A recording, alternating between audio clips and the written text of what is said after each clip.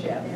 Okay, I'm going to call the meeting to order, and we'll have the pledge of allegiance. Ariel? Please join me in putting our flag. I pledge allegiance to the flag of the United States of America and to the republic for which it stands, one nation, under God, indivisible, with liberty and justice for all. Thank you. Roll call.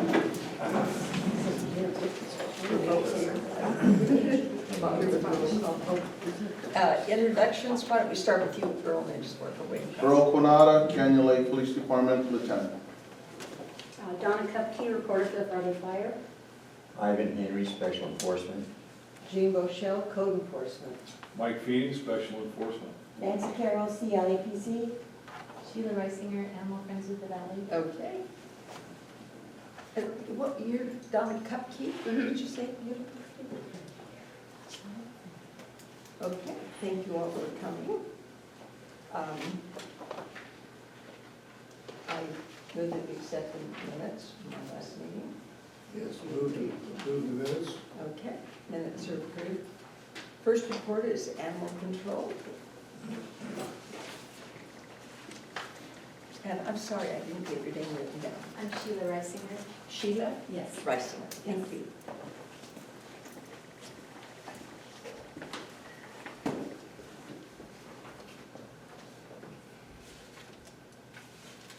Hi. The microphone isn't working, so It doesn't work? just Okay. move it out of your way and All right. talk loud. Okay. All right. I'll just read off the numbers. In January, we had 0 quarantines, 19 citations issued, 0 violations issued, 0 hearings, 123 licenses sold.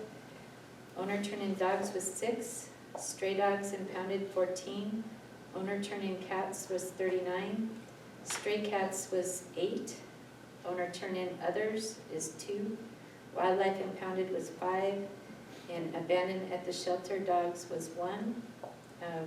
We did 2 animal welfare checks, 5 noise nuisances, 7 confined stray animal calls, 5 incidents, bites to animal, 2 dead animals, 14 loose dogs or animals running at large, 1 injured dog, and 1 kennel cattery violation. Okay. On the owner turns in the dogs or cats, do those then just go into the waiting for someone to adopt? Yes, if you turn in an animal, it can be adopted out the very next minute. If it comes in as a stray, there's a certain holding period where we look for the owner, and then we can adopt it out. There's one call that you might be interested in. We dealt with somebody with too many cats. We picked up 27 cats. From one house? Yeah. Oh, gee. Was that in Canyon Lake? Germany? Yes. Yeah, I thought, you said 39, yeah, that's Yeah, kind no, of, we're people like 39 turn-ins. Yeah. So they did fine them over then in Long Yes, yes, we counseled them at length. She's gonna get some counseling, she does have an issue. I have too, sometimes that's. Yeah. And, Did she keep any? no, well, they have, let me explain, they had 4 indoor cats, and they were all spayed and neutered, but this woman was feeding a bunch of cats in her garage, and it got out of control, and they bred and interbred and stuff like that. We were called by a family member, and family member, porter, us, we worked together, and we're almost done with that call. We're gonna get rid of every single cat in the garage. They were all healthy though, so, you know, she's agreed to get counseling and sign some informal paperwork with us that she agrees not to do that again. So, Very that was interesting. that. Okay. And the running at large, do most of those get picked up by their owners? I mean, you impound them when they're running at large. If we find them, if we can catch them, a lot of times the running at larges will follow them home Oh, okay. They see us and say, oh, we're gonna go home now, you know, so we follow them home and we counsel the owner if they're there. If they're not there and we don't know how they got out, we'll take them with us because we don't know how they got out. If we just put them right back in the yard, Yeah. after we leave, they might get out again, so, yeah. That's that. Are they usually chipped? A lot, more and more animals nowadays we're picking up. We scan every single animal we bring in. So more and more animals, the word is getting out. We are scanning them and they are chipped. Mine are chipped. Is Something it happened the to them, law? God forbid, What's that? they get back home. Is it the law? No, not in this area. You guys have to vote that in. In the county areas, it is an ordinance that they have to be microchipped and spayed and neutered. But in Canyon Lake, they don't have to be. With respect to the hoarding, if you have a hoarder and then you remedy the problem, but then let's say 6 months later, they're right back to doing it again, what is the penalty or what do you do for that? I mean, is there, That's a good question. That's a tough one because we can't make somebody get help unless we go through the court process. Like we have to arrest them and then there has to be a trial you and actually then do they it? have to have a judge tell them. So we try to remedy it without that because a hoarder needs help. They need mental help. Yeah. There's a lot going on besides just the animals. So usually the hoarders, it's really sorry and sad. So we try to counsel them and like with this woman, we had her sign some papers, informal probation papers. That's like an agreement between us and them. So if it does happen again, then we'll have to go through that process. You would then prosecute. Yeah, we try to, you know, it's the human, you know, we're there to help Sure. for the most part. But if we have to, then we'll go that route. I have before and I don't feel good doing that. Yeah. But it works. And the paperwork's in place, it's due process. So the paperwork's in place, so if it does happen again, she knows that there will be. So then the initial Consequences. phase would be to try to get them the help Yes, they need. If that takes care of it, great, but if they become a repeat offender, then you have to go through the prosecution aspect. yeah, because the courts, they're pretty busy. They had family intervention, family contacted you, so. Yes, There's somebody watching out for her, yes, and and that must be a big help. it is. And she seems like she told me when her appointment was. I'm going to follow up with that, you know, for the counseling, but I can't make her Right. at this point, but I'm hoping that this will work. Yeah. On the citations issue, what are the primary citations issued for? Most of them are licensing, like a lot of times, like I'll see a dog running loose and I'll follow it home. Or the person's actively looking for their dog. And so I'll counsel them, give them some information, do a confinement check, and if their dog is not licensed, that is a given. They're gonna get a citation for that. That's rabies control, it's the law. They're going to get a fix-it ticket. That's all that is. Just get it fixed, it'll go away. They're running at large, usually for the first offense, I do a warning. Unless the dog's being bad, then they're gonna get a citation for a loose dog. Okay, It's officer discretion, thank you. I have a question. yes. Welfare checks. Is this a question, somebody complaining or turning somebody in saying that there's an animal that needs to be checked on? Most of the welfare checks, they're out of a genuine concern for the animal. And we'll go there and make sure the animal has everything it needs by law. And then we'll clear the call. And if the animal's in distress, it's what we see when we get there, you know, and there's usually a follow-up involved after that. Like, okay, the dog needs a dog house. We'll follow up and make sure they get a dog house. If they can't afford a dog house, we'll try to get them a dog house. You know, that type of thing. If the dog's tied up, it can't be tied up in a certain manner. They have to be tied up in a humane manner by law, like a trolley system, and they still have to have a dog house. So it's, or if the dog's skiing, we'll go and see if they're being treated by that. A lot of times, we'll go on a call and they'll show us that paperwork. So, or we'll ask them to see that, or we'll make suggestions, and then we'll follow up. And usually, it's out of a genuine concern for an animal. Every now and then, you'll get the person that just doesn't like that neighbor, but usually, my experience is they're really concerned about the animal. Go and make sure they're okay. Okay, thank you. Thank you. Good report. Any other questions? All right. Can I be excused? Yes. I feel like dinner time when I was a kid. Thank you, That was Sheila. mandatory. Okay, you guys have a great day. Thank you. Thank you. God bless you. Okay, Nancy, Take care. emergency preparedness.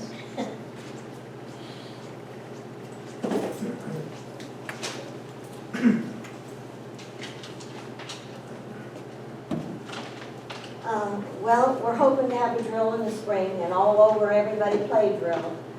Kirsten and I are meeting on that with Larry and myself on Thursday. And then after that, then we'll go to the POA and let them know that we want to do it. We have to decide on a date. I'm hoping May. We have a meeting on Thursday night. It's our second for the year. We had a class on Saturday on PTSD. Basically, we have a doctor in our psychology doctor in our community that's in our organization, and he conducted the class. It was a good class. We had about 14 people signed up for it, and only about 9 of them came. But it was on Saturday from 9 to 11, and then we went to the East Area Shed where we have our casualty collection, our body bags and, everything we need to do what we need to do over there. And I had a class at the operations. I have one every year and a half for all the employees, and that little tiny room that they have over there, I guess it's better than not having a break room at all, but it's little. It's about as wide as that. Enough for 4 chairs across and a tiny hallway down the middle, and there were about 25 people in the room. So it's... Why did they get a bigger room?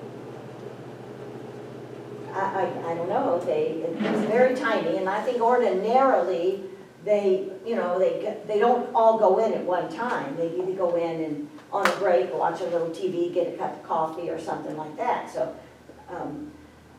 next time I'm gonna suggest maybe we go to the fire department and use that room, because that's bigger. But I go over CPR with them, I go over the AED. We have 2 AEDs that are teaching AEDs, and it's not gonna knock anybody off their feet, no shock, but it works just like a regular AED. You turn it on, it tells you everything you need to do. So I went through the first aid and the AED. I also covered general things that they would ordinarily come across in their day of work, cuts and hypo and hyperthermia, those kinds of things, and shock, those kinds of first aid things that they should know just because they're out in the community a lot and around. And I thought that was an important issue, so I added that to the first aid and the CPR. I mean the CPR and the AED.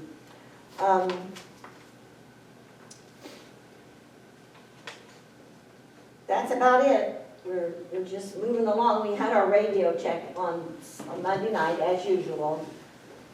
It's at 7 o'clock, and everybody's in their own, wherever they are, and they answer when they're called upon by their call sign. It's ham operators, and of course, all of our ham operators are trained and licensed. So that's about it. We're just plugging along like everybody else.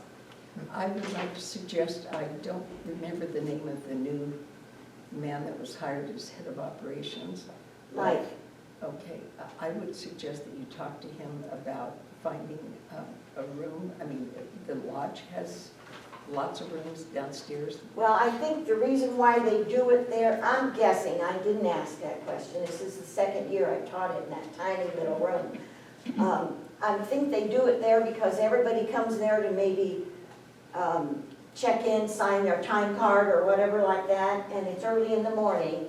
And I think they do it there for that reason. And that is the only room that they have over there that they can put 25 people in. Actually, there was more like 30, but some of them stood in the front, so. You know, I said when I go in, this room is really tiny, and they say, this is all we got, so. Yeah, we might ask them if there's any way that you could move it, even if it's outdoors, you know, something, so that you're not. Well, you know, we could move it to the fire, out in the bay at the fire department and set up the chairs, and that would be a lot easier, a lot better learning environment. Because, you know, when you get that many people in that tiny room, there isn't a lot of room to move around. But at any rate, I've done it 2 years there, and we get by. I make everybody do the CPR, and I make everybody push the buttons on the AED. So. Good, okay, thank you, Nancy. Any questions for Nancy? Okay, the fire department sent a report. Right, it looks like there was a total of 61 calls in the month of January. Do I have a copy of that? There's an extra copy here. Oh, There was one oh, false wait, alarm, I have. one hazmat call, 51 medical calls, 5 public service assistance calls, 1 residential fire call. That was an outlet in a kitchen, and it was contained to just that area. And 2 traffic collisions. 35 of those calls were answered or responded to in under 5 minutes. And 20 of those calls were between 5 and 10 minutes. We had no calls over 10 minutes. Good. Good, so far that's holding up, and that's a good thing. Okay. All right, any questions from anybody? I don't know who's gonna answer, but we'll try. I have one. No calls for over 10 minutes, but could that be on medical, like if somebody was having a heart attack? Or are you saying like? No, calls responded to, even for medical calls, they were all responded to under 10 minutes. Okay. Which is the minimum acceptable. We'd like to have most of them 5 to 8 minutes max, which that's what we're working towards. Okay, Lieutenant Keeler. Good morning. Yes, it is. All right.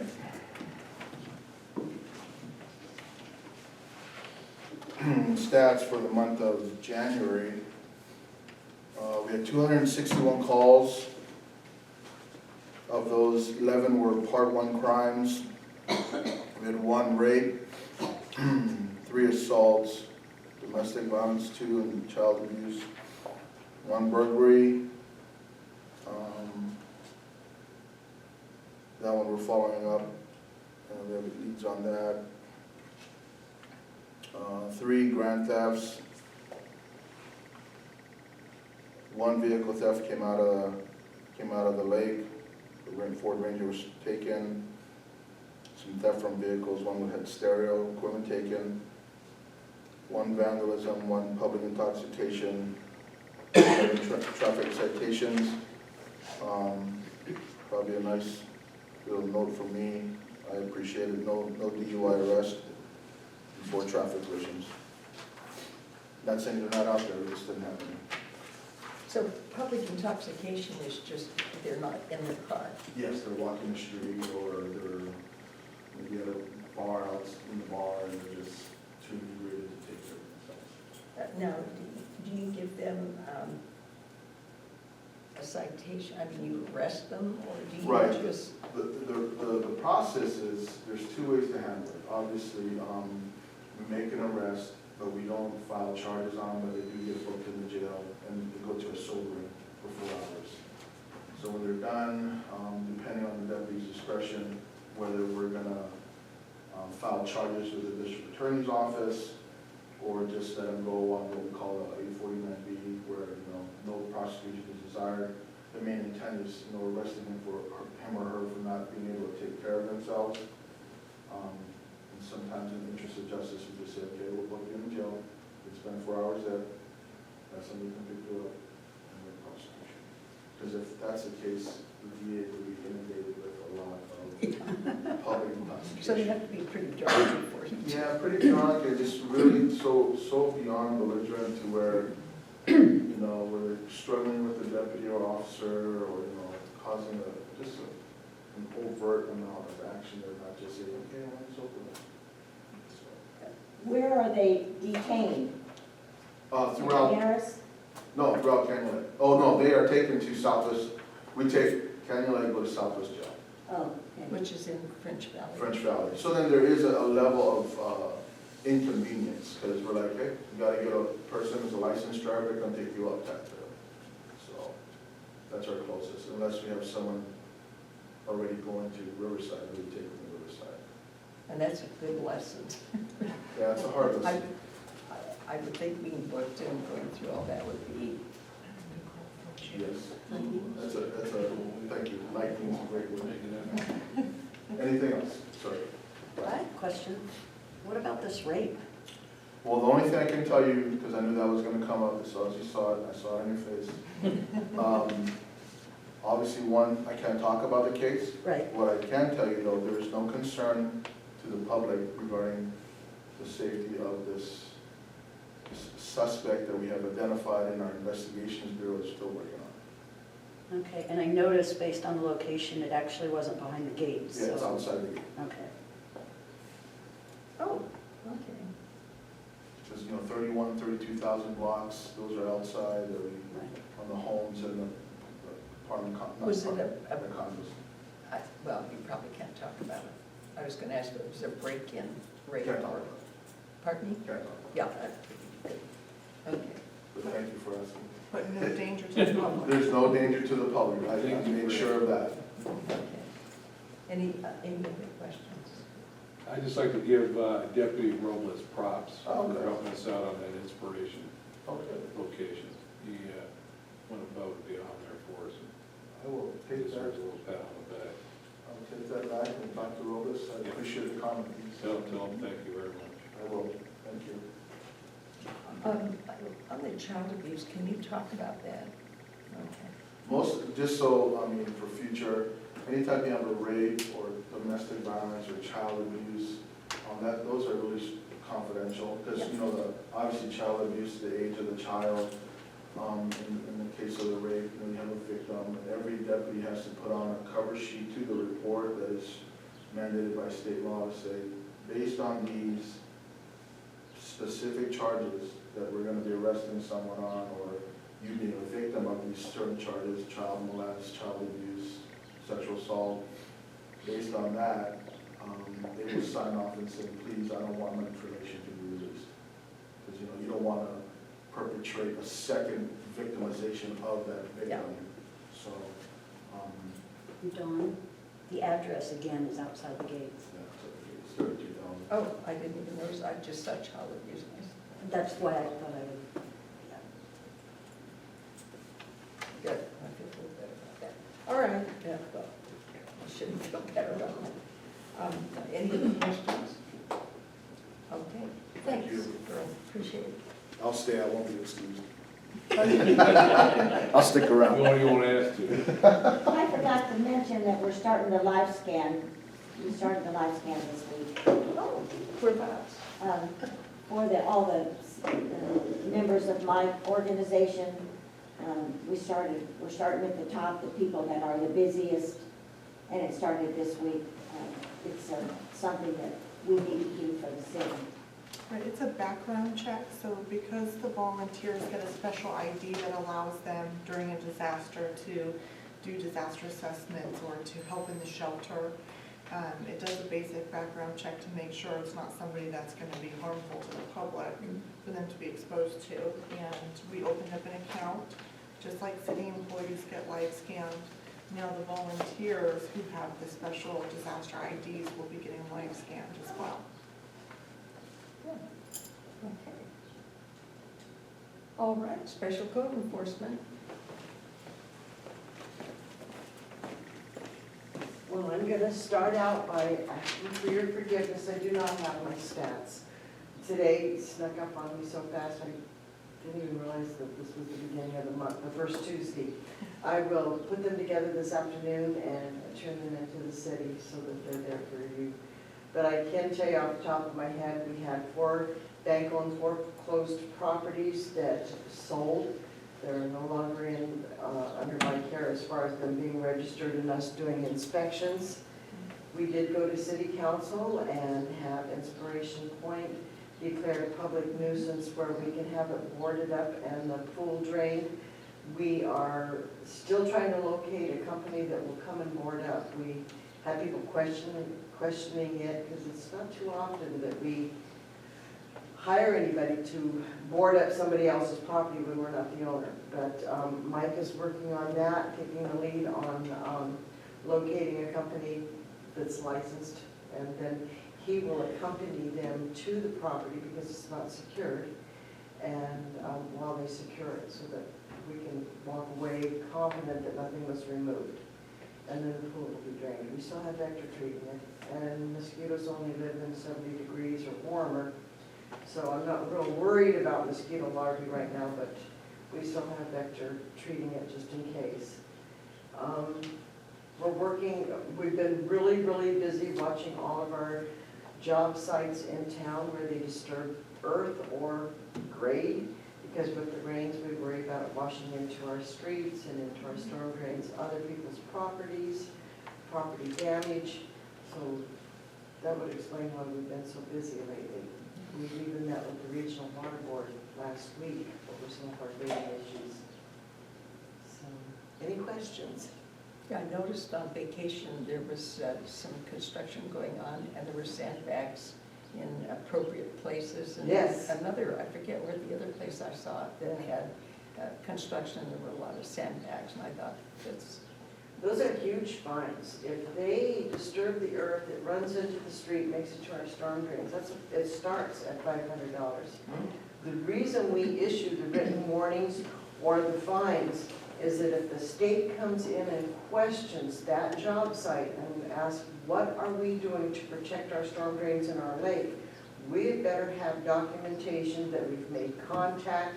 If they didn't correct it, that there were citations issued. And the state has the ability to take our citation, which I think 500 is a lot of money, but they have the ability to turn it into 10 for every one we write. So they take it a whole lot more serious about what's going in the water, as far as having the ability to fine them. I mean, $10,000, that's a lot. And then it can also go per gallon if it was a lot of rain. So we want to show them, as much as we appreciate their help, we can handle it. And most people cooperate. So the fines are stiff enough that we get their attention. it'd be interesting to see what happens with Inspiration Point if at some point somebody removes some of the, It's the craziest thing. It's the most interesting case I've probably had. That's one where we had Deputy Rubles even come out and make sure that somebody isn't in the house or just anything. Yeah, just completely abandoned. Completely abandoned. very strange. So we'll step in and take care of it. Okay, thank Any you. other questions?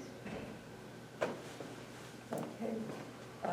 I sent a text to Chris Mitchell on the community patrol. I think he may have forgotten it again.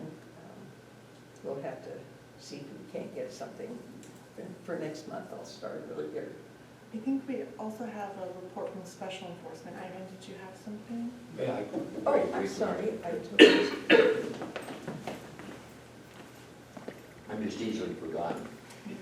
I only had, usually as I explained last month, what I talk about is the North Ski area or the North Lake, because that's where I basically do a lot of patrol. I only had, there is some evidence that the shotgun shooting is starting out there now.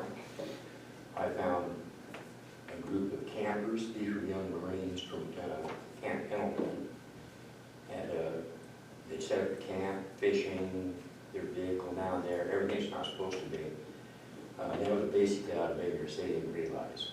And after I talked to them, they were more than glad to correct the situation. I did find 3 guys that I'm just a little bit curious about. I found 3 vehicles parked in the same spot, which you don't often see down there. And while I was issuing citations, I was issuing warning citations so they know they're not supposed to be there. Up comes 3 guys in a camouflage flat bottom boat. All 3 guys were in camouflage clothing, which always makes me a little suspicious. However, I did not see any fishing rods. I did not see any guns. I suspect that there were guns down in the boat. When I first confronted these guys, one of them started to get a bit hostile. And we had a reasonable conversation, and he backed off that stand. I think what they were doing was they were going up hunting on the lake, probably in the north end, but I never heard any gunshots. And it's been a long time since I've heard shooting out there. What I've been finding is shells. But we are coming into the season where they'll start hunting in the county area north of the lake, and we will see shooting in maybe towards that. Usually during duck and dove season. And other than that, it was pretty quiet out there. There's just the usual activity that we're supposed to have. Any questions? Which direction was the camouflage boat coming? They were coming from the north end, from outside the city limits. Did those men know the other 3 men? I mean, No, no. The 3 young Marines were quite obviously young Marines on the weekend that went camping. Why anyone wants to camp out there as cold as it's been is beyond me, but they were quite comfortable. so you said They you were found running 3 late. cars that normally aren't parked, that was the Marines. No, Marines had 1 pickup truck, and I found 3 pickup trucks. First thing that hit me was one of them had a California plate, one of them had a Missouri plate, and the other one had an Arizona plate. So you had 3 different trucks, 3 different states, and then these guys in camouflage clothing, in a camouflage boat.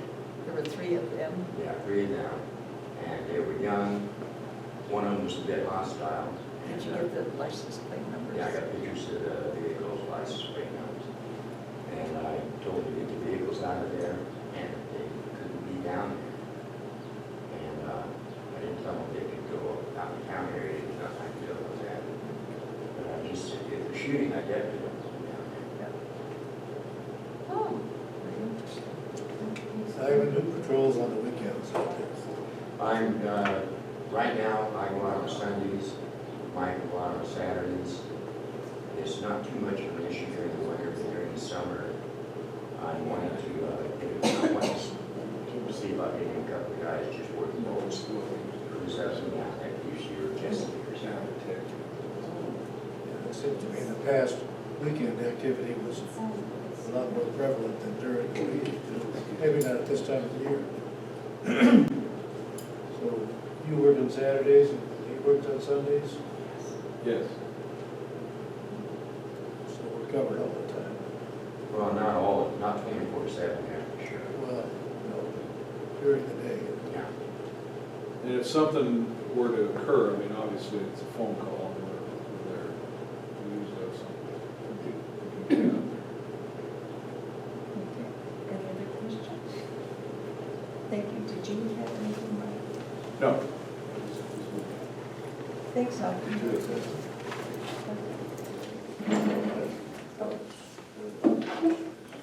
Okay, any public comments? Well, you guys are public.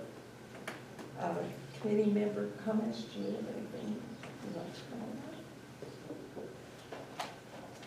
No, I don't know. Well, public safety might have something to do. Do we have a traffic plan established now for closure of the gates? We do. So the main gate project, when they start that, they will be maintaining at least 1 lane in and out of the main gate. And the way traffic will flow from the shopping center, golf carts will be allowed to go straight in and out through the main gate to and from the shopping center. But regular car traffic is going to be asked to at the main gate intersection, either turn right or left. And if people want to go in the main gate from the shopping center, they're going to be directed to the light that's down here near City Hall and the POA, where they can then make a left turn out of the shopping center and then turn right into the main gate for the traffic control. Because as people come out of the gate, if there's only one lane or two lanes, they'll be going right, left, and straight from there. And it would be easier to only have left and right out of the shopping center entrance by the main gate. So is it gonna be coned off going out of the shopping center? It will. The center lane leaving the shopping center at the main gate is going to be coned off and will be golf carts only to go straight. And that center lane won't be open for vehicle, like car traffic.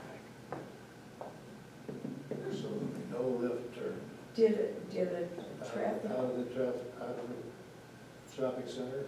You will be able to go left. You will either go left or right out of the shopping No center. straight through. Only golf carts going straight through. did a traffic engineer determine that? Yes, so our new Charles Abbott traffic engineers worked with the POA's Webb and Associates and the contractor, as well as talking to Menifee, because more traffic is going to be going to the east gate, to have Menifee change the signal timing at Railroad Canyon and Getz, and at Getz Road and the east gate.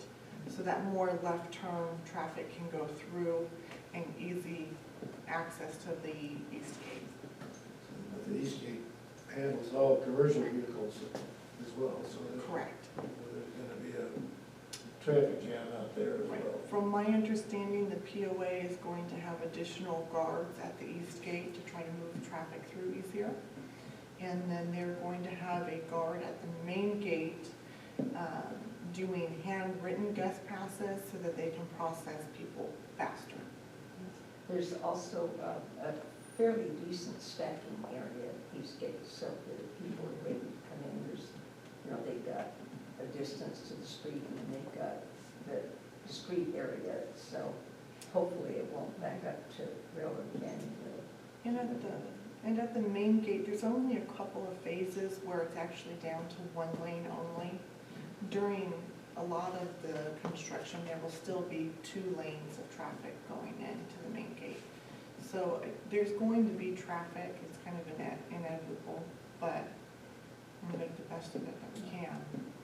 The left turn lane will still be open coming up Railroad Canyon Road, turning Yes. into the main gate. Yes.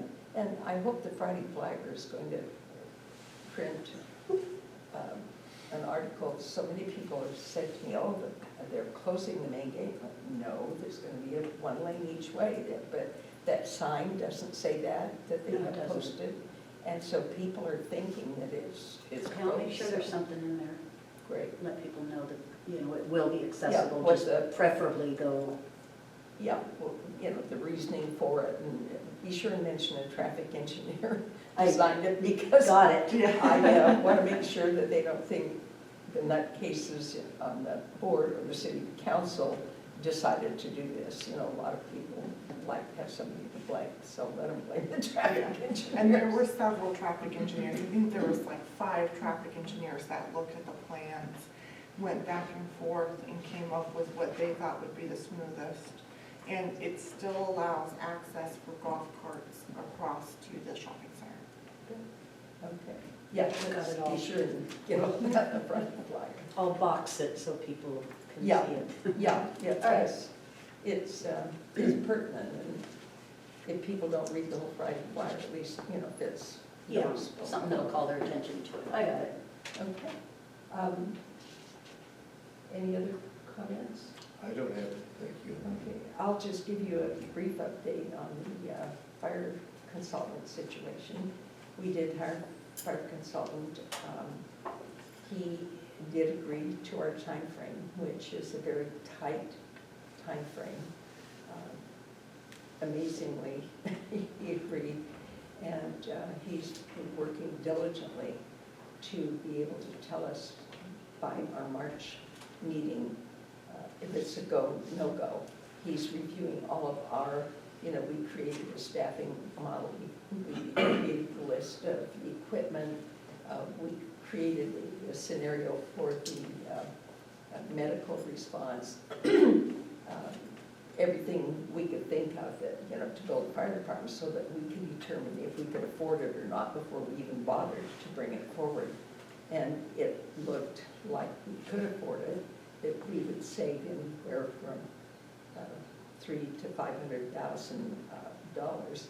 And that's with we built in a $200,000 cushion for unexpected. So I think that he will agree that it is a go.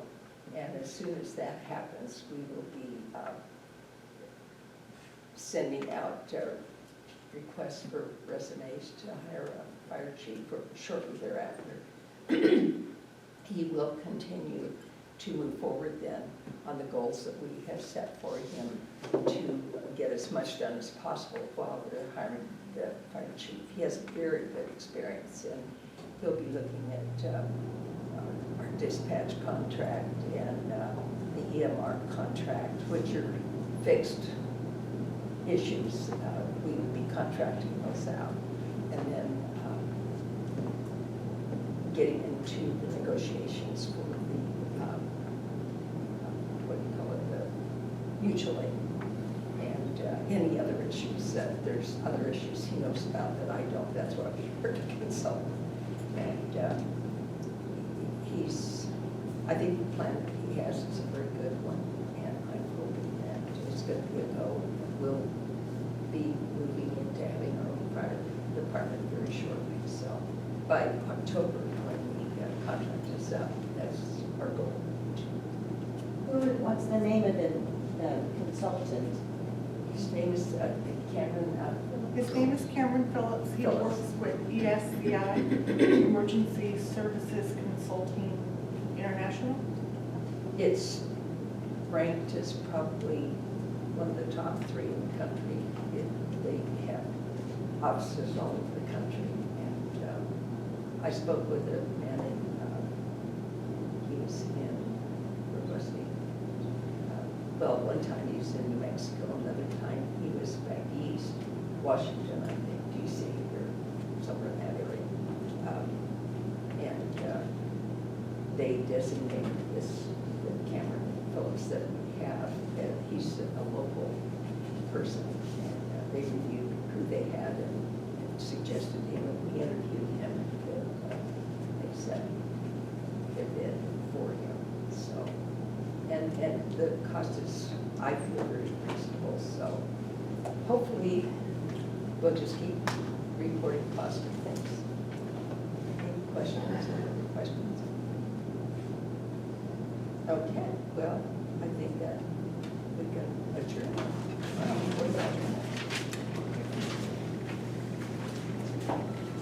Thank you all. All right. Have a good week. On there tomorrow.